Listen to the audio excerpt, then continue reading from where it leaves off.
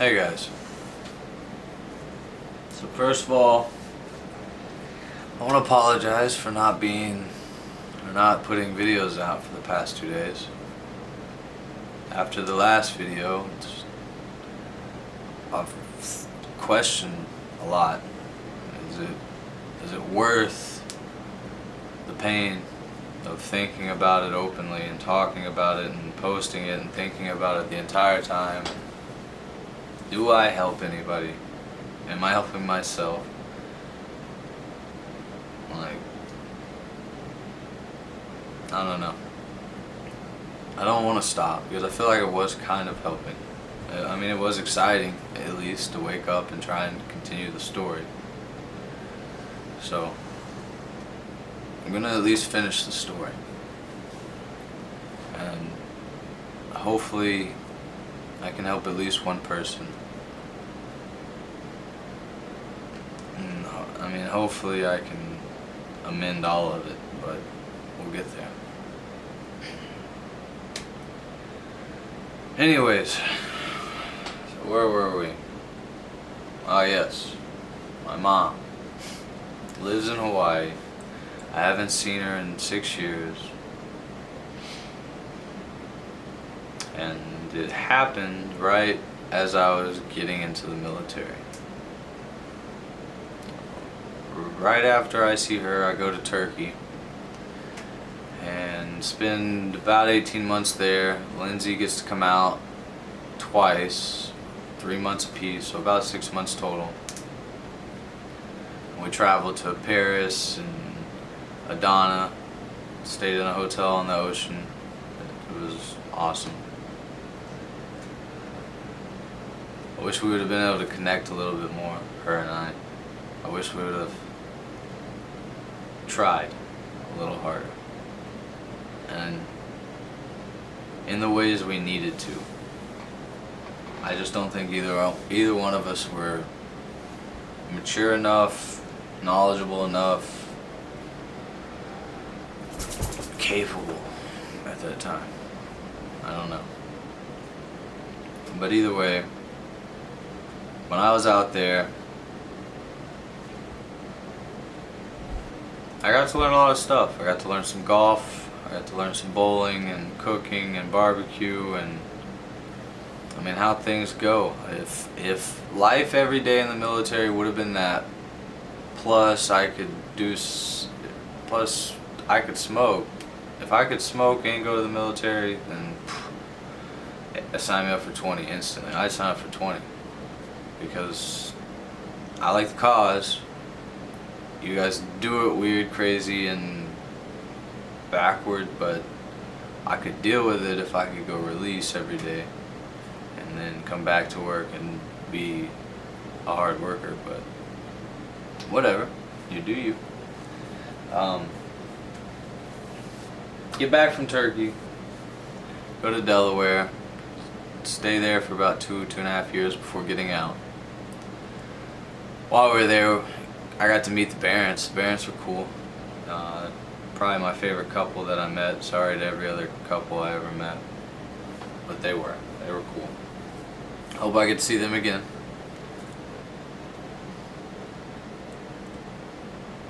We moved to Granbury after Delaware and stay there for 2 months, maybe at most. Moved to Amarillo. I get a job in New Mexico, so a 2-hour drive back and forth. That's destroying me, so I get a job at Best Buy and go to school. While we're going to school, now I'm gonna say this how it is, and that's it. But while we were going to school, and we had 6 years beforehand that we just spent separating, pretty much. Couldn't really jive together, so. And I always felt like I was never good enough. I was told it a lot, in a bunch of ways. I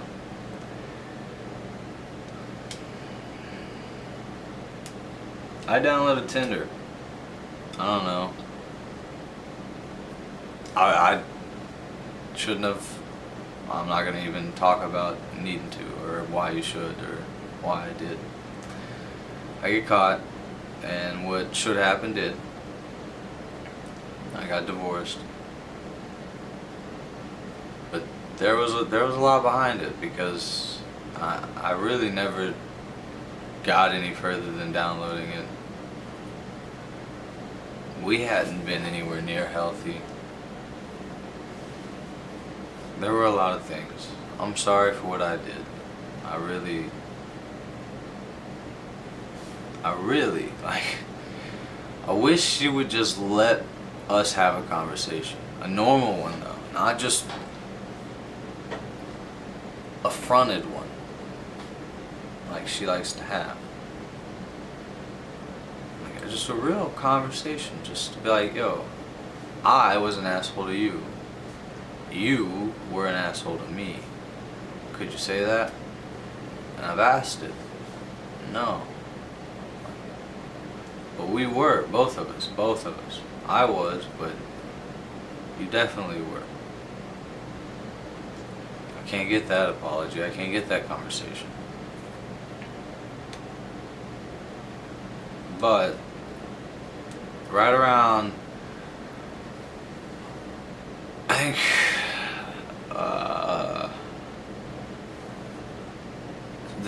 my second semester in school just started when this was all going down, and we were in a house. It was a $1,500 a month house, and we couldn't break the lease. We were like, alright, let's try to be roommates until the lease is up. One of the worst decisions of my life, because you can't do that, especially with somebody who's gonna go out and stay out. I just spent 8 years protecting and trying to take care of, and I mean doing as much for as I could. I can't deal with that. You can go live by yourself. So I end up making it to where I'm either kicking you out or I'm leaving. You can choose. But it needs to happen, because you can't do the things you did in that house. You can't. Not when you did it and how you did it, especially if I never touched somebody and you just don't want to hear it. You just want to expect that I did. At very least, you have to talk about it, and if not, then you'll go to your grave with it, and that's cool. But I'm not going to be looked at as if I'm just the cheater and I'm the worst thing ever and you were a saint, because you were nowhere near a saint. And almost anybody that would even have half a brain would know it, and they don't even need to necessarily know you. They could know somebody else in your family.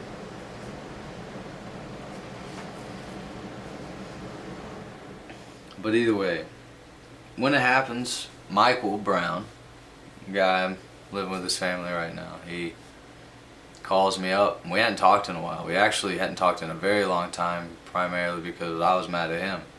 But he calls me up, and we ended up talking things through. Not really talking things through, it was more like, it took about 2 weeks for me to actually talk to him, so it was like,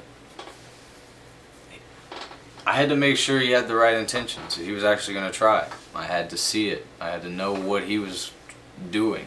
And I had to know he knew what he was doing. So once I knew that, we were able to talk. And then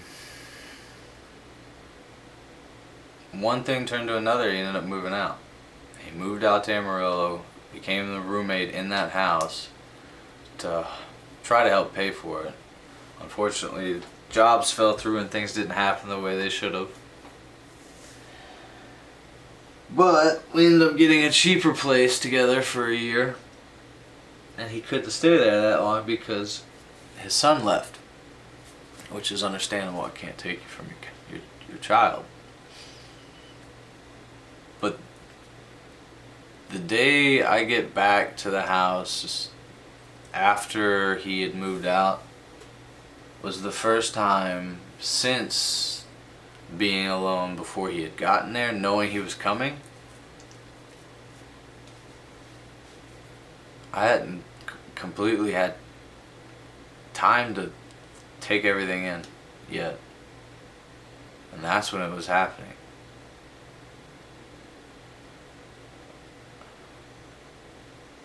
I felt like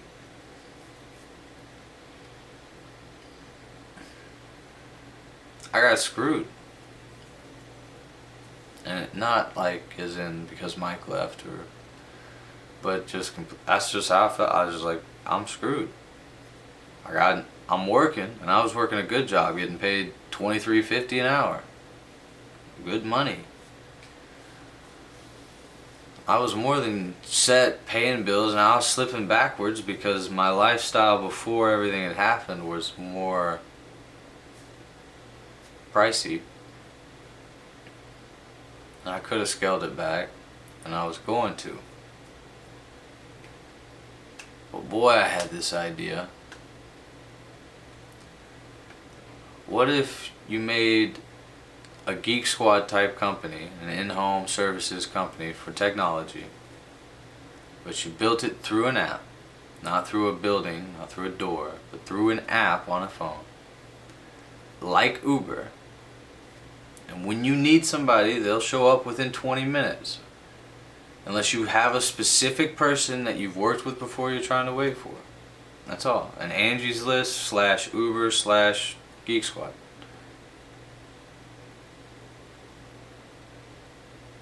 And I'm probably going to have to beep all that out or get yelled at for it first, because I don't know what the rules are, and we'll figure it out. But you do that, and then you make it by the minute instead of per service.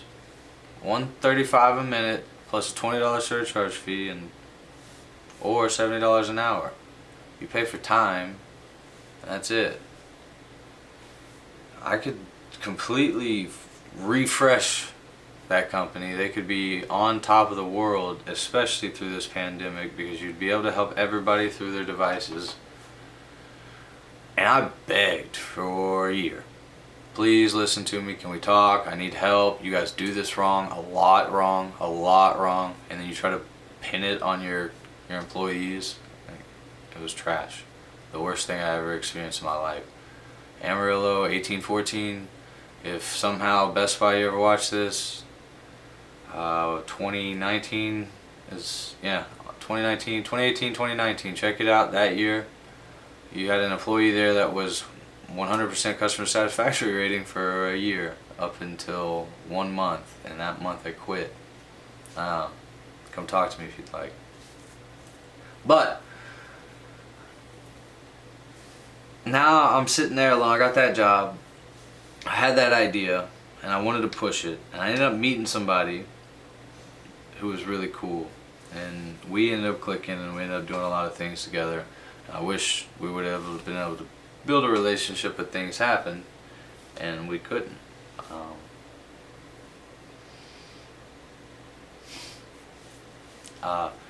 But along with her parents also owned a bakery, so they're business owners, and I kind of told them this idea, and they were interested in helping and maybe piggybacking, and I scratched their back, they scratched mine. After a while of kind of talking to them about the entire business model, they are really excited about it, because I could potentially help them step away from what is really harming their health, and that's what I wanted to do.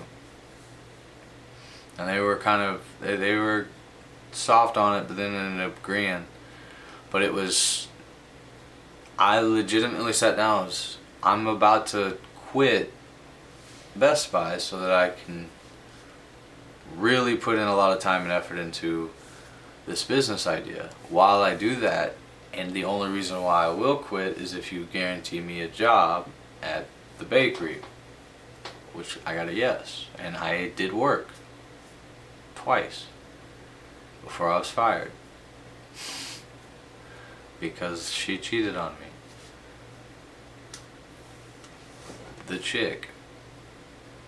That's why we're not together anymore.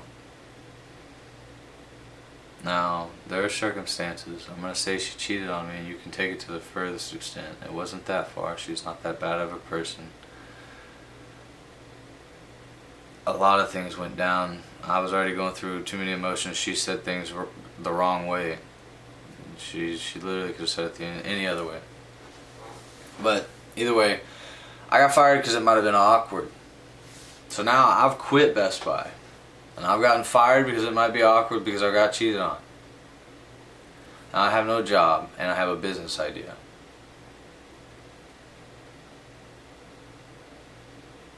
A business idea. I also have an app builder who owns a company. I know the person who owns the company that builds the apps for all the businesses in Amarillo. I am at coffee shops with him. I was having him build it. I could have had him build it. I had every connection I needed to have. Except for the one that was money. Collateral, anything. I had everything. It was just behind the wall, behind the glass. So I should have dropped everything right then, hindsight obviously, and went and got a job. Drop it, go get a job, and then come back to it in a couple years. But you're a kid and you've been thinking of nothing but ideas your entire life because all you've ever wanted to do was make life better for the people around you, because that's what you would do with it.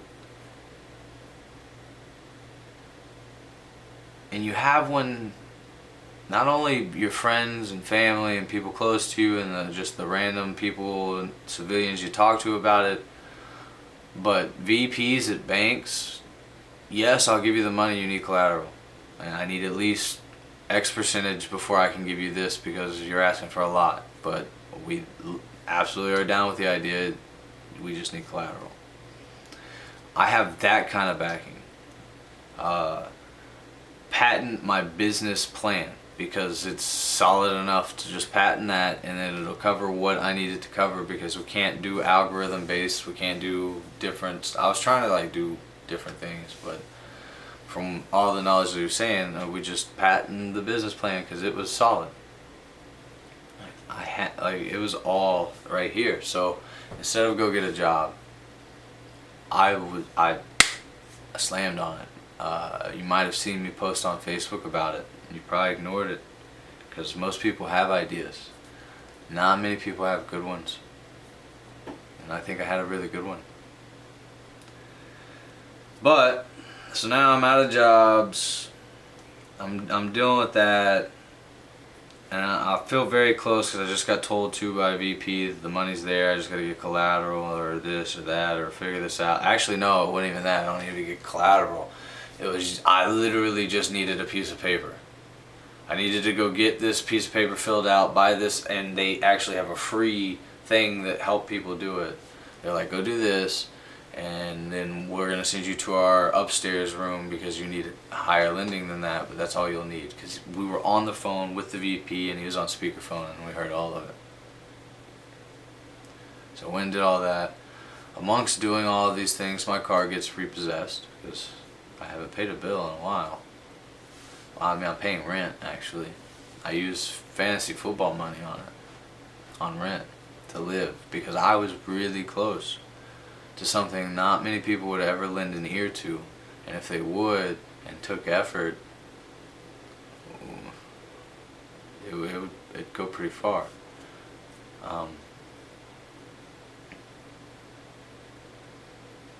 Car's repossessed. I have no job. I have no idea of even what to start to do. Brandon, Michael's little brother, actually moved out because of the idea while I had my car, and we were trying to get this going, and then if we couldn't, we were just going to kind of do it around town and just make money and try to start it. But what we didn't want was our entire business model is not only through the app, but because it was by minute by hour, I didn't want it to get stolen too fast before I could do anything about it. I couldn't afford a patent, I couldn't afford any of that. I don't even have a car now. So all of that kind of took into account. And then we get talked into moving out. to their parents' house, obviously, because that's where he was beforehand. He had a good job. And then I get here and I have to start again trying to get another. By the way, I did walk to Cracker Barrel, walked there, and got a job, but it didn't work ever because I ended up moving. But I literally walked and went and got a job anyways, so I can't say I didn't try. But this is where we're gonna wrap it up. I get to Mike's. This is where I'm at now. I've skipped a lot of stuff. Obviously, it doesn't go this fast, but and hopefully I can get back to some of the good stuff, especially for my guys that are watching it, and we have a good time thinking about all the stuff that we were able to do. But yeah, I just got here is where we're at, and then I'll start from there on the next video. I'm sorry again for taking so long. I hope you guys enjoy these videos. If you do, please like, subscribe, share, comment, talk to me, tell your friends, tell your mama. But if you ever need to talk, if you ever feel alone, I made this to talk to myself, to talk to y'all. But it'd be cool. If you need it, I'm here. Thanks, guys.